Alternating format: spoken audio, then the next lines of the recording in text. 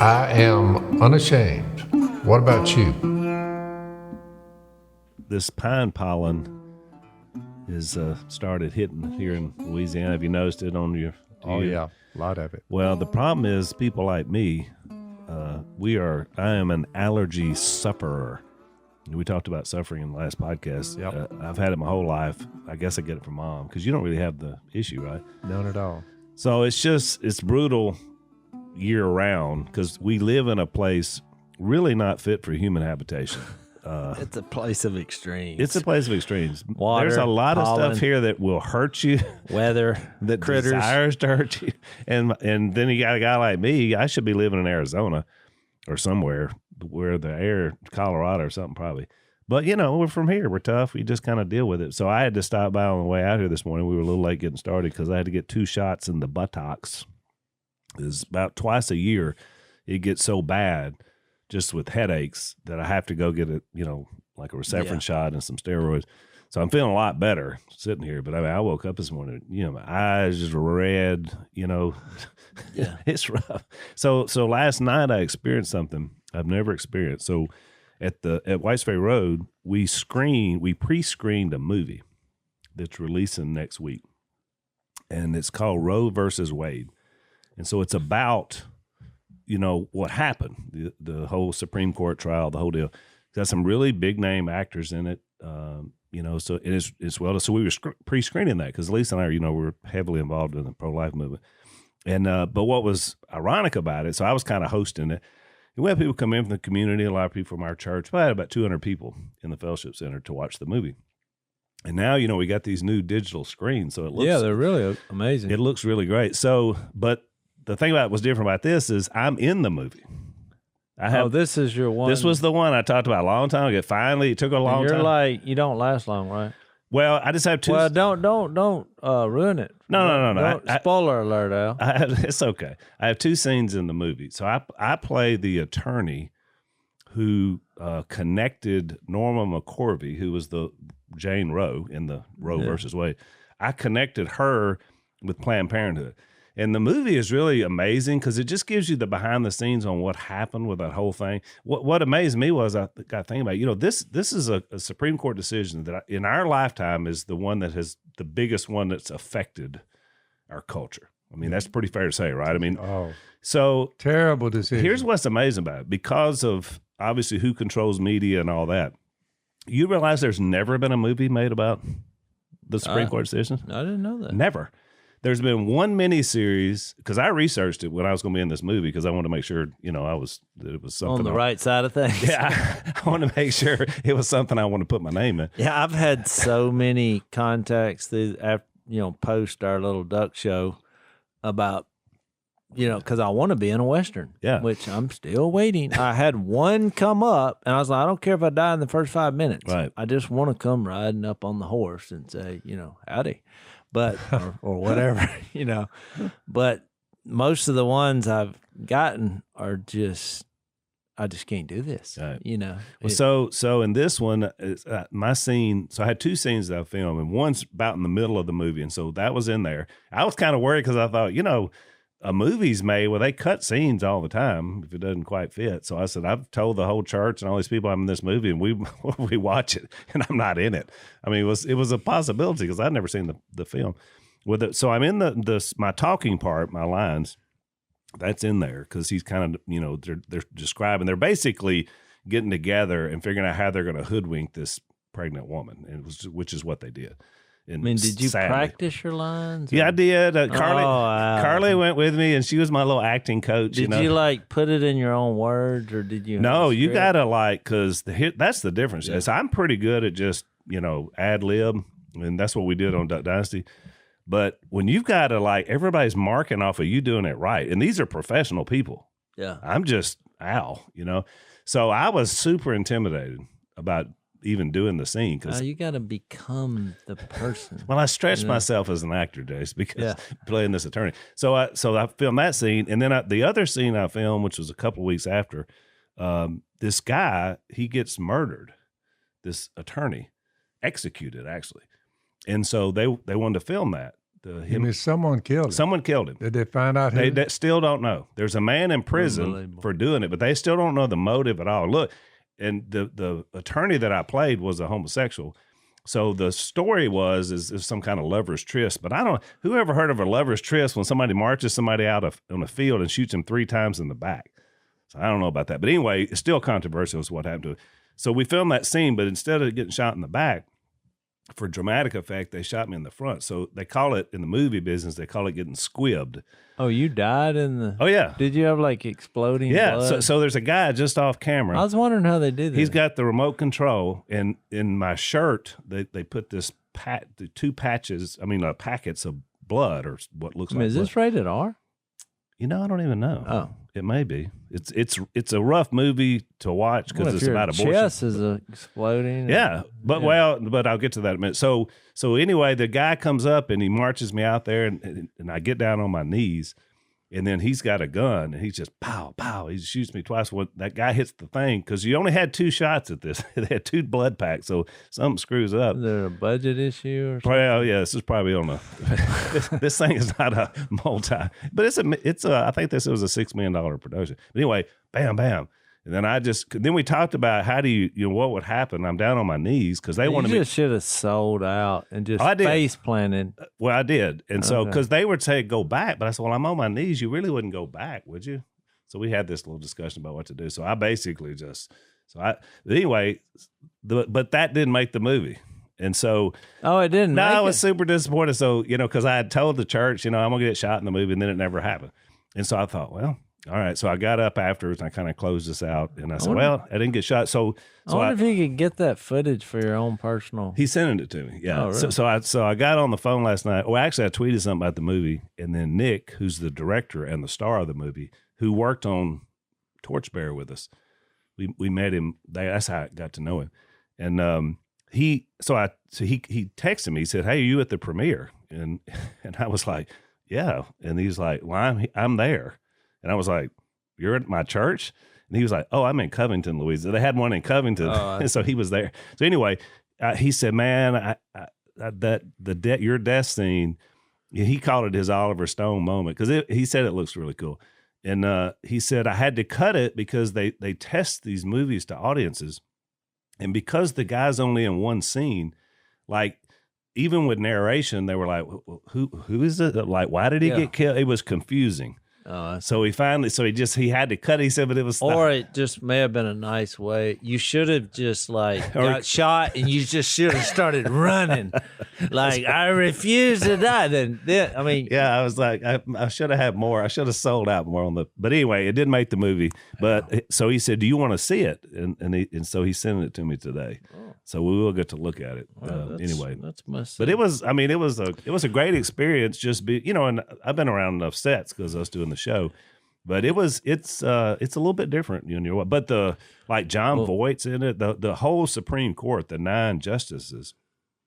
If you watch the movie, they're all well-known actors.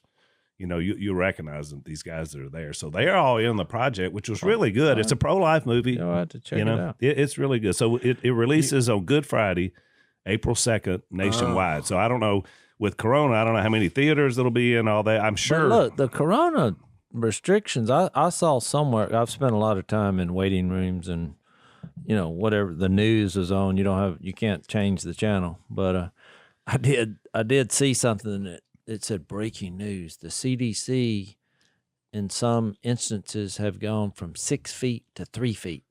Yeah. And I thought, what? How do we get to these decisions?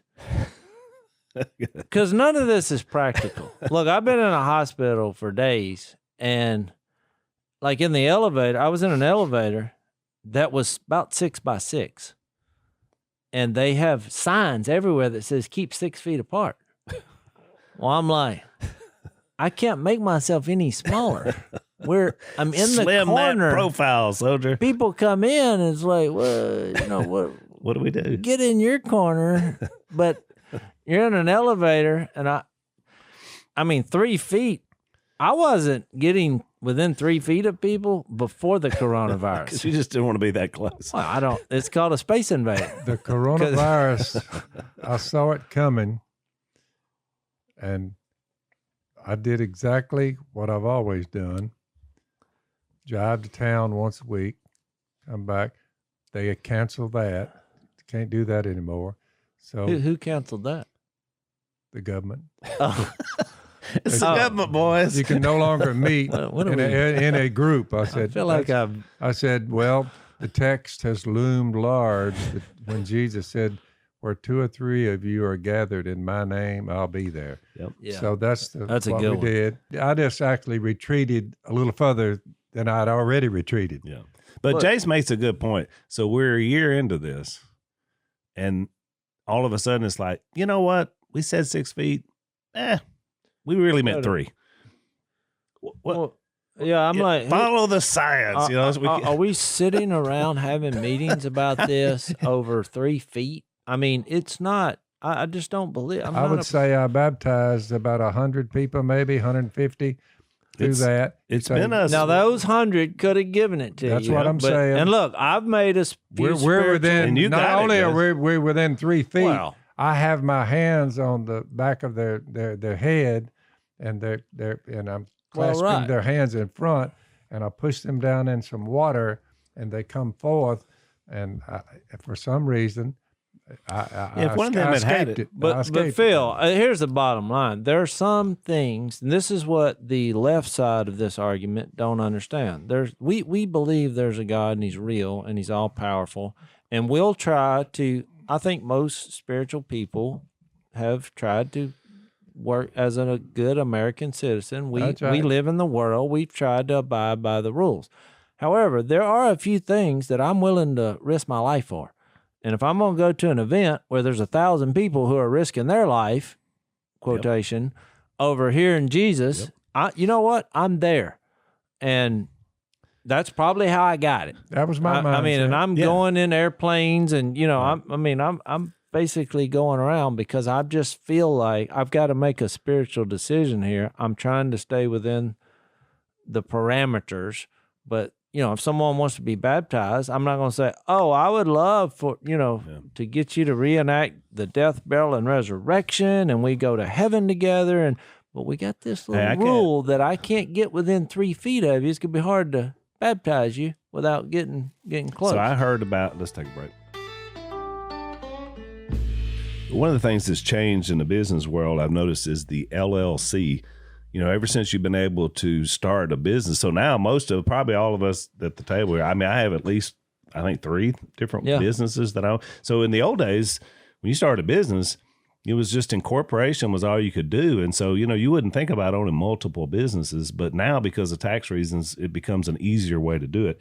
But one of the problems is when you have a lot of small businesses is that if those businesses begin to grow and you get employees, then you got HR problems because you got all these requirements. Now that we have a new administration, we're going to have more regulation. So you got to deal with all that. They put all these rules on you, and it's hard to do. It's $70,000 to hire a HR manager. So there's a company that sponsors our podcast called Bambee, Bambee, and basically for $99 a month, they give you a HR manager by phone or email or real time chat. So it's month to month, no hidden fees. You can cancel anytime. So you can go to Bambee.com/Robertson, get a free HR audit, so they'll tell you what you need, and then they can start helping you. That's Bambee, BAMBEE.com/Robertson. I heard about some churches, Jase, that drained their baptistries because they were like, we're not going to baptize. And that's unfortunate. Nonsense. And that's unfortunate. And when I heard that, I thought, man, because I'm with you, Jay, and I said this from the beginning. Look, if I get it, and even if I die from it, because we got some criticism from some of our listeners that we all just aren't taking this serious enough. It's like, no, I'm taking it serious. We're taking it serious. And I realize that people have lost their life. So, and I hate that for anybody. And Al, and I think there should have been more talk about if you're in a high risk profile, right? They should have tougher restrictions. That's right. Nobody talks about that. No. I'm like, if you're over 70, which I didn't have to tell you that because you got it. You're already been isolated from society. Do you realize that about 2/3 of all the coronavirus deaths in the U.S. were in nursing homes? Yeah. 2/3. Which is, I mean, which is unfortunate and sad, but I'm telling you, to your point, that should have been 911 on the nursing homes from day one. Look, we lost Missy's grandma, and look, she followed every procedure that there was to follow, and she still got it, which is what nobody on the other side of the argument, they're not addressing that. I'm like, we played by the rules, and she still got it. So, I think in all of these things, it's just like any other thing in life. There's some common sense to be applied, and you just do the best you can. But at a macro level, I think we talk about positives from the pandemic, and we talked about what we've been able to do our live stream and reaching people. And you just mentioned hundreds of people have come to Christ, thousands maybe because all of a sudden it's like the world's upside down. But one of the things that's happening, I think, that's going to be a real positive down the road is the federal government has amassed so much power in D.C. that's not what the founders intended. The idea of the republic was the states would have the power. So I think one of the things that this has done at a macro level is that it's allowed states to run their states again. Because you'll have a guy like Newsom in California with very draconian restrictions and still is. And then you got DeSantis down in Florida, who's basically just been wide open for a pretty good while. And look, their numbers are the same. That's right. So it's proving the fact that you don't have, just because somebody in some place says something, that in our state, we're not going to do it that way. And that's what the founders really intended for the country to be. Less concentrated power, because they want to get away from that monarchy, and more in the state. So I think that's going to be a positive. It's going to come out of the pandemic. I really do. Yep. So that'll be one of the many things. But anyway, I don't know. I guess we're over a year now into it, and you're still talking about it because it still affects so many people's lives. You're talking about it because they're saying go from 6 to 3. That's right. It's just wear 2 masks now or 3. So forget about one, Dad. Now they're encouraging you to wear 2. I mean, look, here's what I know. There are some people in our world who are space invaders, and they're the ones that need to back off, because I don't like it when somebody, there's a couple of people at our church now, you know who they are. Oh, yeah. Because they come up, and now they have a mask on, but I can smell yesterday's coffee because the guy is like 6 inches from my ear. That's right. And I'm like, I try to position my feet to where but he's just climbing all over me because they're space invaders. And they don't realize they have that problem. Yep. But I'm like, you need to listen to the CDC. And you have a sign, so 3 feet there, brother. So that's I was trying to be positive. That's the positive of having this feat, because there are a lot of people who have a problem, pre-pandemic, that were space invaders. And anything that'll get those people to back off is I'll welcome. And it's the little things, like you're on a plane, the flight attendant has a mask on, you got a mask on, she can't hear you, I can't hear her. Well, right. It's just, I mean, it's just it's got to where I don't, and I used to not mind flying. I don't like flying, but I don't mind it, and it gets you there quicker. So I was like, I'm in flight mode, but now it's just a miserable experience. In the airports, half the things are shut down. Where you used to could go in and get you something to eat. No. It's just like, it's just. Yeah, it's tough.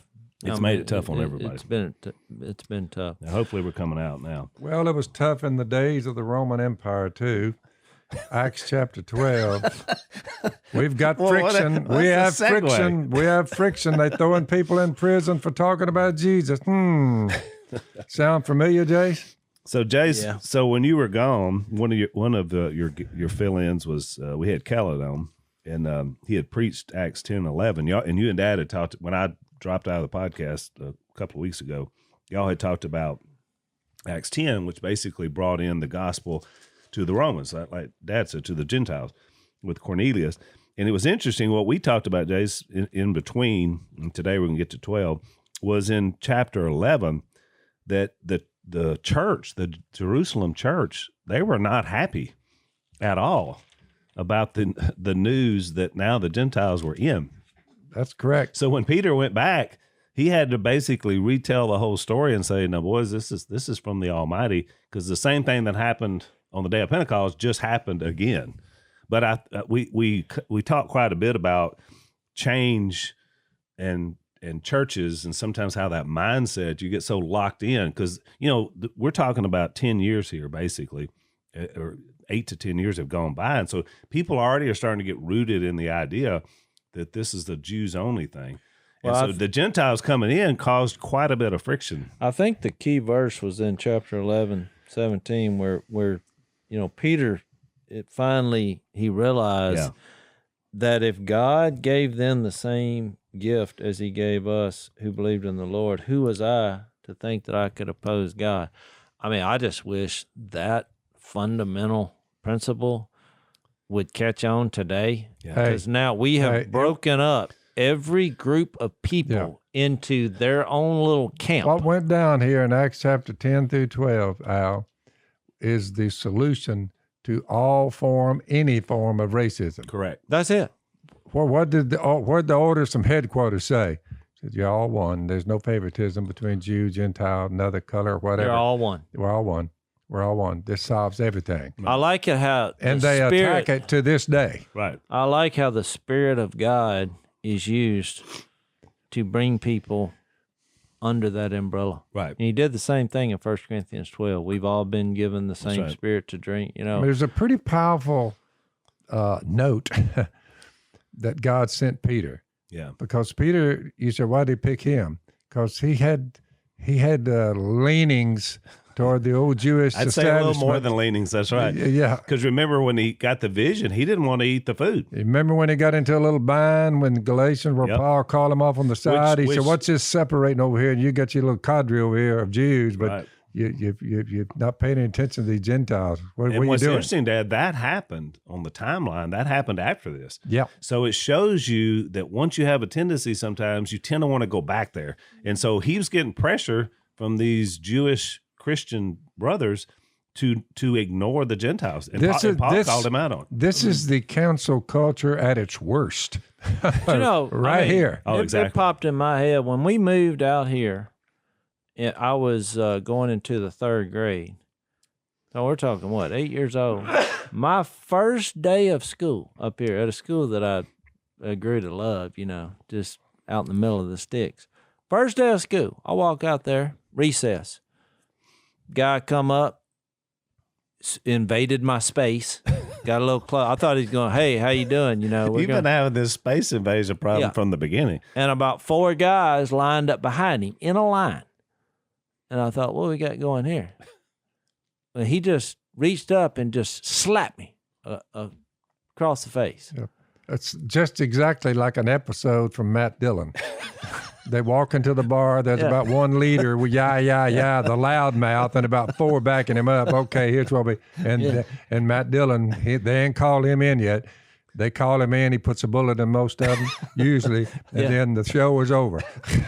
Well, so I said, well, and there's coffee. Yeah. I said, why did you hit me? He said, because you're not from around here. Yeah, you're like, okay, here we go. And of course, I did the typical 8-year-old stunt. I said, you better not do that again, which is a dumb thing to say. Or he may try it. Yeah. So he came up again, and then I just took off running. Because the only quality I had at 8 years old, I was fast. Yeah. And look, then they were so impressed at my speed that they didn't care where I was from. Racism even takes place if you're not but 10 years old. Well, but I just thought, we're reading this. Yeah. You're not from around here. You're not from around here. So guess what? Welcome with a slap across the face. What a welcome. And look, I will say this, that 5 years later, fast forward 5 years later, that same fellow who slapped me, now we're getting older because, in 8th grade, that school went to the 8th grade. Right. We had a guy come out there who had been, we learned later, had been in and out of foster care, but he's a little bigger fella. And this guy, he day one, welcome to Pancreas. Well, look, when he went to hit him, that guy ducked his head and KO'd Mr. Welcome part. I'm talking about KO. Just the lights went out and he just fell over. Forget playing a scene he is, and I thought he killed him. And did it break up his going, where'd you come from? You're not from around here? Hang on, Jase. Let's take a break. So, Jase, you were talking about the stress of driving in a big city, which is it's probably nothing I do is more stressful than that. You have to go through one of them. It's just, I have to literally gear up, to be ready for going through there. I can't imagine doing it every day. With all these reasons to be stressed out, one of the things we are not stressed out about is losing our hair, at least at this table. We've been blessed by having pretty good hair. I got a little bit of bald spot starting on the top, but it could be Dan, which you quit using the terminology that makes you pull your hair out. That's right. You don't want to be losing it that way. So if you're early male pattern baldness, we've got a company that's been with us almost the whole podcast, Keeps.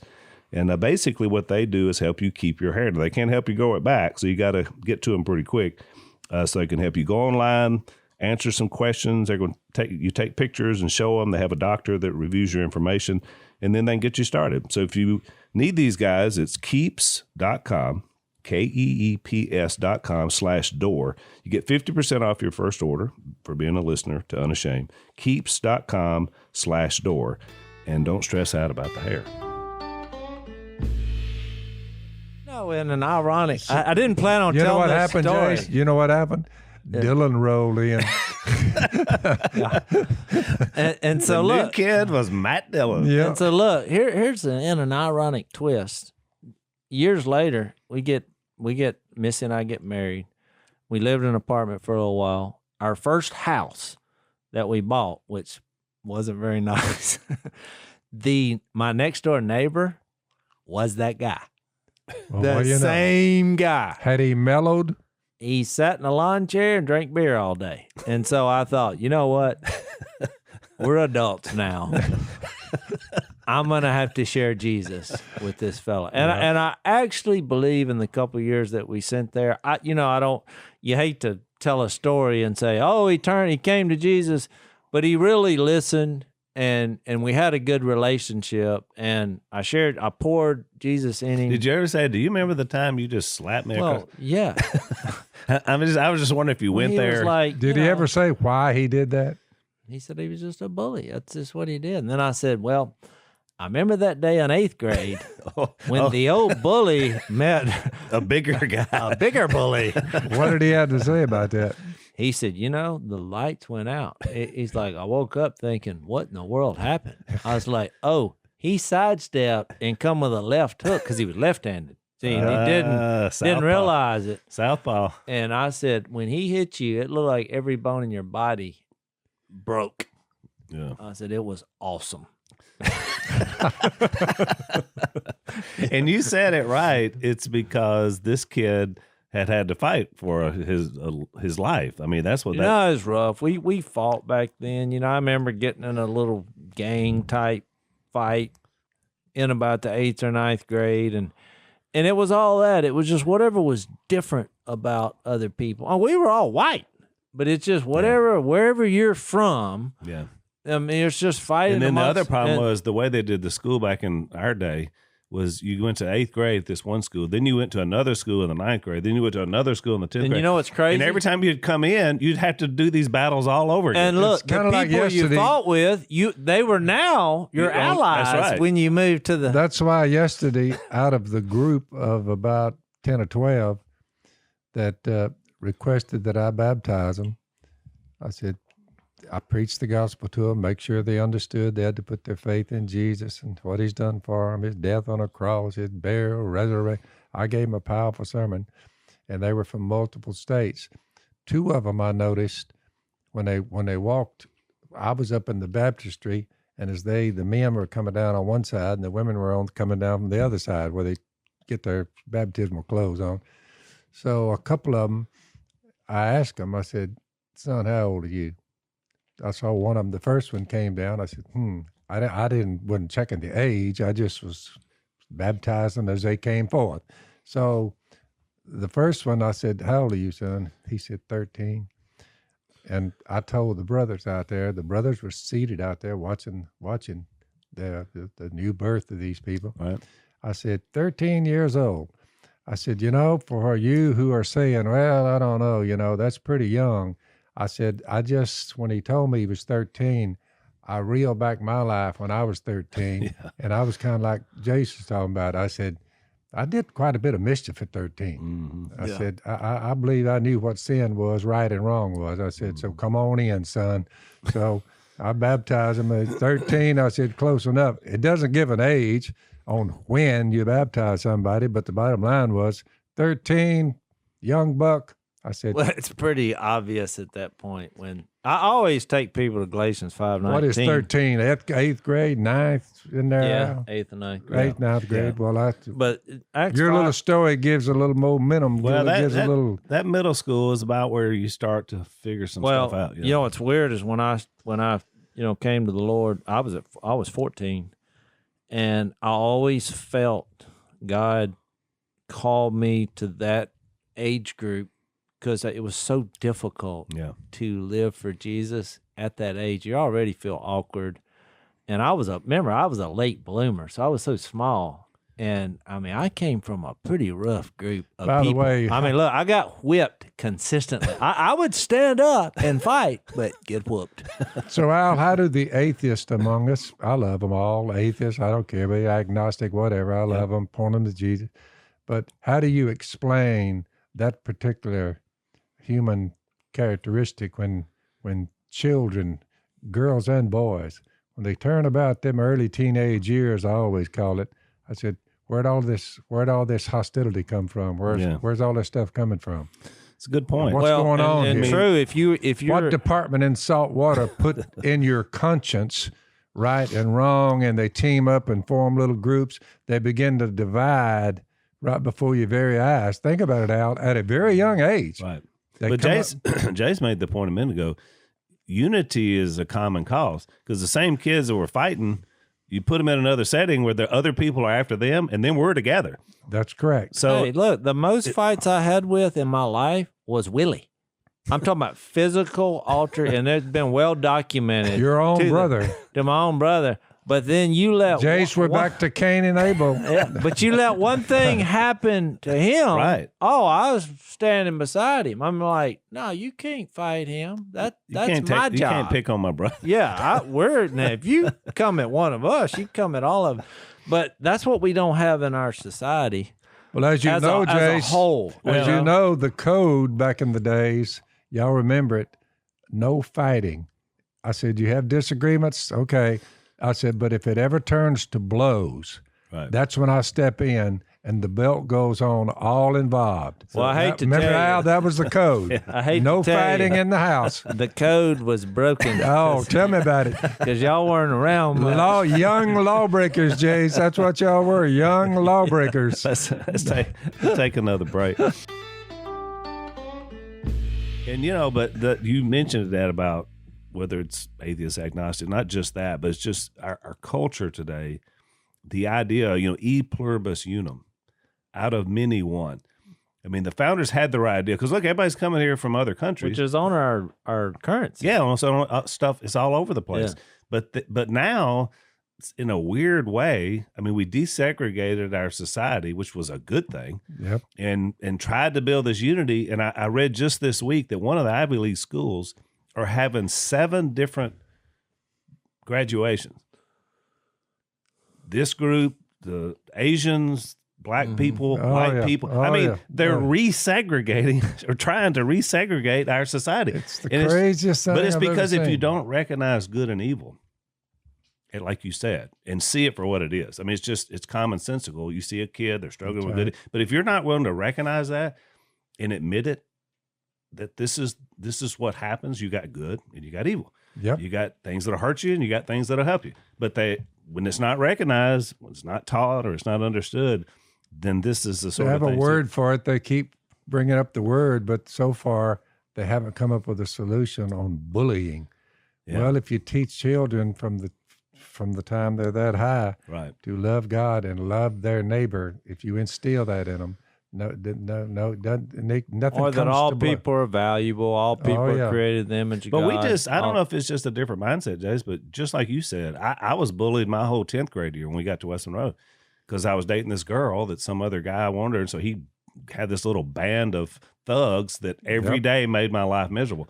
But I thought about, I never told y'all. I never went to some person. I just figured out how to navigate it was a problem. Yeah. You know, bullying. Still is. Oh, it still is. It's yeah. just still a problem, which is, you know, that's why, you know, parenting and having those, if you can survive it. And this right here. Have a spiritual, you know, foundation. In Acts chapter 10, if you look at it, you say it's just older people misbehaving and ostracizing themselves and each other. It's the same old story, division. Right. That's the evil one. And that's why I said we don't need to overthrow the government. We need to overthrow the evil one. That's right. That begins to work in human beings when they get about 13. Well, and again, the original idea, the reason the Jews didn't want to have anything to do with the Gentiles was from God several thousand years earlier. Yep. Because when they went into these lands, he said, you can't hang out with these people, the false gods, all that. So that was the rule that God gave them for their own benefit. Trying to protect them. But now we go thousands of years forward, and he's saying, no, the Gentiles, people of faith are in. And the mystery of the gospel, Paul said, was that the dividing wall of hostility is torn down. Yep. And so that was the official role of the church. And so that's why this was so interesting, I think. Well, I think it all starts off with, you know, saying King Herod, he arrested them because why? They belonged to the church. So they're not like us. They're exercising their freedom to believe in God, and we're not going to tolerate it. That's right. That they're different, and you thought you were free. No, you're not free. You're free to do what we tell you. Which, look, you still see the same veins in our culture today. Oh, yeah. I mean, everybody, in the name of freedom, you know, and next thing you know, you got all this long list of rules that unless you comply with, you know, we'll give you the consequences. And what I find more disturbing is that here's James. They put him to death. That's one of the sons of thunder. Yep. And he's the first of the original group to martyr, to die for the cause, it was a big watershed moment. And I thought it was interesting, too, that Herod, you know, we hadn't heard about Herod since way back when Jesus, you know, so he's kind of been. What an instigator he was. Oh, yeah. And so my theory is because remember the Jewish leadership, because the power structure is you got the Romans occupying, you got the Israel monarchs that had been broken into four, because this is a different Herod, by the way, than the one that was when Jesus died. And then you've got the Jewish religious leadership. And they all had a certain amount of power, but they always had somebody above them. You know, because the Jewish leadership couldn't just kill you for anything. But obviously they could kill you because I asked Stephen, right? Mm-hmm. So my theory is that when the Jewish leaders lost Saul, I mean, he converts to the cause, all of a sudden they have no teeth. You know, what are they going to do? They can't stop it. They kept trying to do something about it. So I think probably somebody from that group went up to this Herod, Agrippa, and said, you better get a handle on this thing. This thing's getting out of control. Because he just shows up, and the first thing he does, he kills one of the 12. Well, nobody had been that. And then you notice in like verse 4, they were going to make this trial public. It was all, and that's you just kind of read between the lines that they're motivating by fear. Yeah, like, you cross, we'll kill you, and we're going to put you on public display, and they're trying to make a mockery out of their faith in Jesus. Yeah, you think Peter was going to get a fair shake there in the old public trial? I mean, and it's a joke. But what I thought about here too is you don't. There's just one little sentence, and all of a sudden, this foundational father of our faith as a believer loses his life. You know, Stephen is, I guess, the first recorded martyr. Right. Of course, he wasn't part of the original crew, but it does seem inspiring that you have the whole chapter is devoted to, the whole story is told, and here it's just one little sentence, and you're like, man, I mean, why would you know, the skeptic inside of you thinks, well, why would God allow that to happen? Exactly. And that's what people tend to start thinking. But I think you got to realize the big picture of this, that even the times when God came in and saved these guys or kept them alive, you know, they all died. I mean, this is part of the life we live, and that's why Jesus conquered the grave. In that you do your part, I love your point yesterday you made about the number of days. Yeah, I want to tell that. Let's take our last break. So yesterday in my sermon, Dad, I talked about, I was preaching this text, and I talked about Doyle Jennings, big boy. He got brain tumor, and it affected him. I don't know if you all remember, like he would laugh and cry, like he couldn't control his emotions. Because as time went on. Because he was a very like stoic, pretty serious guy. Great guy. And for some of you longtime listeners, this is the guy who got his way into our duck blind because he brought a whole ham every day, like 14 days in a row, nestled in his bull arms. He thought, "Oh, they took me because I brought a ham." So he brought one every day. And after about 2 weeks, Phil said, "Hey, you can hunt with us, but get off the ham. Find something else. How about a turkey?" So the big boy is Burley's dad. So we've talked about Burley before on the podcast, but big boy Jennings was an All-American at Oklahoma, nose guard in the 60s, wasn't it? I think he won like 3 national championships. Oh, he was something. He was tough as nails. But anyway, so he got this cancer in his brain, and so I went and saw him in the hospital. It was one of the last times he was still lucid enough to have a conversation. But he told me something I've never forgotten, and it really hits this context of what Jase was just talking about. He said, Al, he had some verse, he found it in the Old Testament. I can't remember where it is, but he said, whatever version it was, it had the phrase, a certain number of days. And he looked at me, he said, "Now, I just want to tell you right now," he's crying, but he said, "I want to tell you, this is probably it for me. I have my run. I don't think the Almighty is going to deliver me from this." It's just very realistic. And he said, "But I realized that he gave me a certain number of days. And I look back on it and I feel like, I've always could have done a little bit more." He said, "But you're young." He said, "And you don't know how many days you got. Don't miss an opportunity, with what you got here on the earth." And so I thought about that in this context because it seems, Jase is right, it seems unfair that one of the sons of thunder, which by the way, you remember their mom came to Jesus and says, one needs to sit on the right and one on the left. Mm-hmm. Talking about these two. And he looked at him and Jesus said, "Can you drink the cup that I'm going to drink?" And they were like, "We can." And he said, "Oh, you will."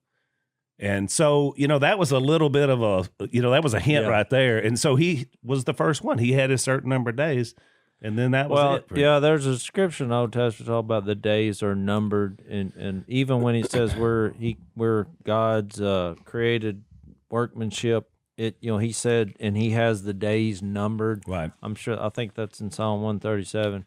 And, God is referred to several times as the Ancient of Days. Yeah. Yeah. Now, he's not, his days and time does not affect him because he created it. You read Peter said 1,000 years is like a day to God. Yeah. And even in Genesis, he created the concept of time with day and night. But he uses that for us because even when you fast forward to the day he comes back, it says, "For he has set a day." Yeah. And I think that's in 1 Thessalonians 5:4, and that day shouldn't surprise you because you remember that chapter started off saying, "About times and dates, I don't need to write you." Right. And you're like, why are you making a big deal of it? Because really, everybody has a calendar. God is familiar with everyone's calendar, and every day it's literally crossed off. Right. There's only a certain amount of days, no matter what. Well, what was happening. So why are people getting on the other side of it saying, "Well, I can't believe this happened"? He had another point. He said, "Now God, has appeared once for all at the end of the ages to do away with sin by the sacrifice of himself." Then he says, "Just as man is destined to die once, and after that to face judgment, so Christ was sacrificed once to take away sins of many people. And he'll appear a second time, not to bear sin, but to bring salvation to those who are waiting on him." That pretty well covers it. Well, and the problem is this is a short run. A lot of these first century churches and people, when they said that, they said, "Oh, well," so they were just quitting work and just waiting. They thought he was going to show up any day. So Paul keeps saying, "You got to work. You got to make the most of your opportunity." All those texts he was challenging because look, we're 2,000 years later, but if you put it in God's timing, that's 2 days. Oh yeah. See what I'm saying? It just shows you that throughout the history of time, people have hippie tendencies. That's right. Because that's what the same thing happened. They're like, oh, we're just going to stop life, go out, smoke some weed. Make love, not war. Yeah, and just, that after about and all these people working and all that, let them run. We out here in the middle just watching them all day. After about 5 days, when you can't find a toilet or what, you're like, maybe I ought to go get a job. I mean, it just, but that's. But you know what, Jay? It's so much a part of our culture now. I noticed there's a commercial that I forgot who it was. It was a deodorant commercial of all things. And there's this guy, and he's in the basement. His parents are there. They're Asian. And it's like, get out of the basement. And then he puts the deodorant on, and then all of a sudden his parts of his body start disappearing. He's a fireman. And then he goes up through the floor and said, "This is the way out of your parents' basement," was the deodorant. And I thought to myself, now our culture is so used to having people that won't work, that are living in their parents' basement, that they're making commercials about it. I mean, that's when that's the ultimate reflection. So I think the greater point, though, is that God is greater than the calendar. I mean, we went through that whole concept. That could be a lesson right there. I mean, you just think about all the stuff in the Bible about times and dates, and he's like, and it was created. He's not on the timeline. He created the timeline. He created the calendar. So that's why it's not, we don't get upset. I mean, sure, we look at something like this that happened to James, and we're like, man, I hate that happened, because we're all like, well, that was him. It wasn't me. But one day that's going to be me. And if it happens in the name of Jesus, or if it just happens. And he fixed it to where time is predicated on him. Right. His arrival, his departure, you're like, he's our time. He's the marker of time. Well, that's a little insight right there. You say, I wonder why we all count time by Jesus. Well, y'all have pretty well discussed why. I hate to bring this up because I bring it up so much, but that Hebrews 13:8, that's why he said right. Jesus is the same yesterday, today, and forever. If you would just meditate on that for 2 minutes every morning for the rest of your life, it's a life-changing thought. It is. And I'll say this, if you want to check out that sermon from yesterday, it's called Unchained. And look, my stuff was what it was, but the sermon is worth watching. To watch the video at the end of it, I did a video testimony. Good. We've been doing video testimonies, which we did one with you, Dad. And there's a guy named Randall who was in prison for he was a drug mule when he was a truck driver, and he got in prison. He became a son of God. So when he came out, he was on fire for prison ministry, and does a lot. In the prison ministry, it's incredible realm for Jesus. Angola, all these areas. He's a go-getter. But that story was wow. So you gotta check that story, because he tells about converting a guy who was he just shared Jesus with him, and he was in a drug cartel from Mexico. He was one of the worst drug cartels in Juarez, Mexico. He was the leader of it. And some old boy in jail came over and he said, "What were you talking to him about?" He said, "I was just sharing Jesus with him." And he was like, "Do you know who that is?" He said, "No." He said, "I mean, this," and then he told him who he was. And Randall said, "Well, I don't care who he was. He's talking about, being a Christian now." So he becomes a Christian. Which goes back, though, to what we've been discussing today of not diversifying, because we know how the prisons that we've all spoken in prison. You talking about clans. Everybody has their little clan, which is the whole problem that's going on in the earth. And we're all fighting each other because you're not in our clan. Yep. But here's a guy in Jesus who he didn't care. He didn't care. And he may lose his life for talking to this guy. And so he was in prison because he was a part of a group of people that killed 2 border agents. And so he had 2 life sentences back to back. Never was supposed to get out of prison. But Randall said in the video that this man, the biggest amount of time that's been taken off a sentence in the history of the federal prison system was this guy. He got out because of his life change. Establishes a church in Juarez. Hundreds of people are part of this church. Now, he's preaching the gospel. He's on fire. The cartel thought that the reason he got out was he must have ratted him out. So they executed him in front of his family and a lot of the church. At his church. You mean at the church where they met? And this happened less than a month ago. So I made the point. That's when you said that. That's when it hit me. I was like, I mean, this just happened. This was less than a month ago. And I thought that this is real. Like the point I was making in the church yesterday, as we read these stories and we think, well, this was a long time ago and people were getting killed for their faith. Well, they're still getting killed. Oh, yeah. Because of being a follower of Christ. And look, he was down on his knees. He told his sister, he said, be sure and tell Brother Randall, thanks for sharing Jesus with me. And then the church started singing "Jesus Loves Me" as they killed him. And I mean, it was just, I got chills. It was moving. It was moving. Someone said, even after they killed him, they just kept singing. Yeah, they did. Yeah. And they were telling they tried to tell him to bust the church. They were just like the cartel was trying to treat them like these people were treating the early church. Look, his brother just stepped right into the pulpit and they're still going. I mean, they're not stopping. They're just like, you'll have to kill us all. Mm. For all you folks that think this is a bunch of bull, you ought to pay attention to this exactly kind of right. stuff. That really just happened. One of the things you got to get over following Jesus, because pride is the problem, is when you go from being a wolf in this world to a sheep, you're vulnerable. Yep.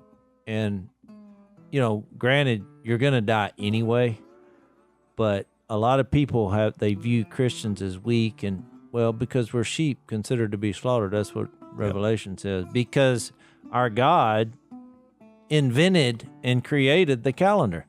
Therefore, it's really not that big a deal. And Jesus was murdered, but then resurrected. Yeah. So will we. Yeah. Thanks for listening to the Unashamed podcast. Help us out by rating us on iTunes. And don't miss an episode by subscribing on YouTube, and be sure to click that little bell to get notified about new episodes. And for even more content that you won't get anywhere else, subscribe to Blaze TV at blazetv.com/unashamed.